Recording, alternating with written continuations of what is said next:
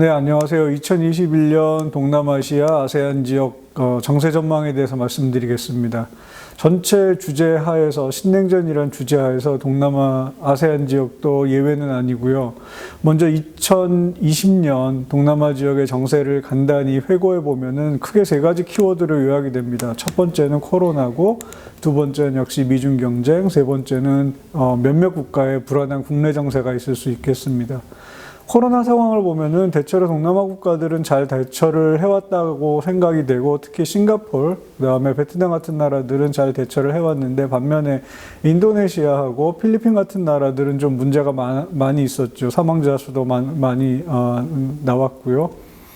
그다음에 미중 경쟁에 대해서 말씀드리면은 2020년에 동남아 지역에서 미중 경쟁은 미국과 중국 사이의 양자 경쟁이 남중국해, 그다음에 미국의 중국에 대한 제재가 남중국해 문제까지 번진, 그리고 미국과 중국 양쪽에서 모두 동남아 국가들에게 선택을 하라는 압박이 증가했던 한 해로 볼 수 있습니다. 국내 정세는 특히 두 국가에서 좀 문제가 많이 있었습니다. 태국은 2014년에 쿠데타 일어난 이후에 2019년에 쿠데타 세력들이 다시 집권을 했는데, 2020년 중반부터 청년들을 중심으로 해서 현 정부의 퇴진, 그다음에 왕권의 제한 등을 요구하는 시위가 번졌고 지금도 계속되고 있습니다. 말레이시아에서는 2018년에 독립 이후 처음으로 정권이 교체가 됐었는데, 2020년에 엘리트 수준에서 그 엘리트들 사이의 담합에 의해서 다시 과거 정권으로 돌아가는 정치 변동이 있었고, 그 여파로 아직도 불안한 정세를 이어가고 있습니다. 2021년 동남아 정세를 보면은 가장 중요한 변수는 역시 미국의 신정부 출범일 겁니다. 바이든 행정부가 들어오면서 동남아시아 지역에 어떤 정책을 펼 것인가를 놓고 2021년 동남아 지역의 정세가 결정될 것 같습니다. 지금 예상으로는 바이든 행정부는 동남아 지역에 두 가지 키워드를 가지고 접근할 걸로 보입니다. 첫 번째는 중국을 견제하기 위해서 동남아 개별 국가와의 거리를 좁히는 관여 정책이 있을 수 있습니다. 두 번째로는 역시 마찬가지로 중국에 관한 문제인데, 중국을 견제하기 위해서 민주주의나 인권과 같은 원칙, 가치의 문제를 가지고 접근을 할 수가 있겠습니다.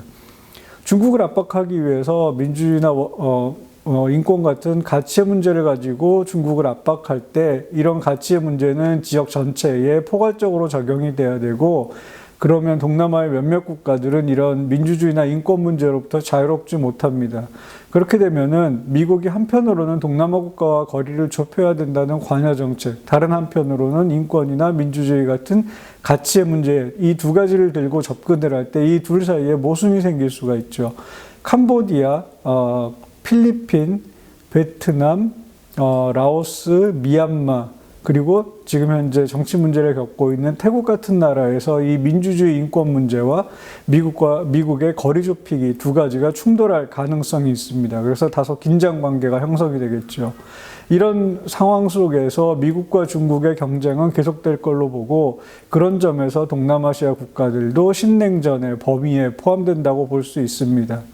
미중 경쟁이 2021년에도 지속되는 상황 속에서 동남아 국가들은 힘의 차이 때문에 이런 상황을 주체적인 힘으로 타개하지는 못할 것으로 보입니다. 그 대신에 지금까지 계속 이어져 왔던 해증 전략을 국가별로 다양하게, 그리고 아세안 차원에서 다양하게 쓸 수 있습니다.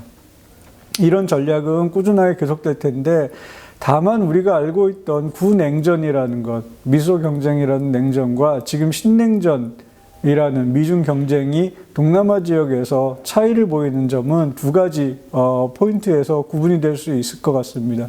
과거 구냉전이 냉전 블록 안에 속해 있는 국가들의 자율성, 그다음에 그 국가들이 전략적으로 움직일 수 있는 공간이 매우 적었다면, 신냉전 미중 경쟁하에서 동남아 국가들이 움직일 수 있는 그런 공간은 매우 커 보입니다. 그리고 개별 국가들의 자율성도 상당히 커 보입니다. 그만큼 과거 미소에 비해서 지금 현재 동남아 국가들이 미중에 의존하고 있는 정도가 훨씬 약하다고 볼 수 있고, 또 다른 한편으로는 아세안 중심으로 펼쳐진 다자 기구들에서 동남아 국가들이 조금 더 미중에 대해서 자율성을 가질 수 있다고 볼 수 있습니다.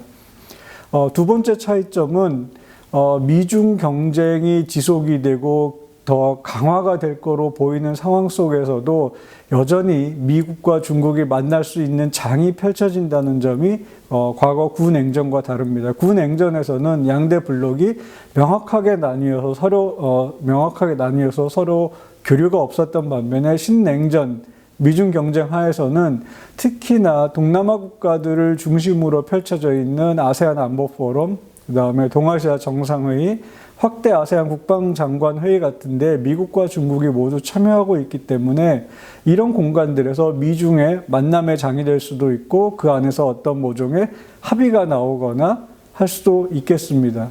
또 개별 동남아 국가들의 미국과 중국이 모두 관여하고 있는 상태에서 경제적으로나 안보적으로 관여하고 있는 상태에서 개별 동남아 국가들 안에서도 미국과 중국이 만날 수 있는 장이 생길 수도 있습니다. 이런 점에서 과거의 미소 냉전과는 구별되는 그 중간지대가 매우 넓게 형성이 되어 있는 신냉전 구도가 동남아시아 지역에서 2021년에 펼쳐질 걸로 보입니다. 네, 이상으로 동남아 아세안 지역의 2021년 정세 전망을 말씀드렸습니다. 감사합니다.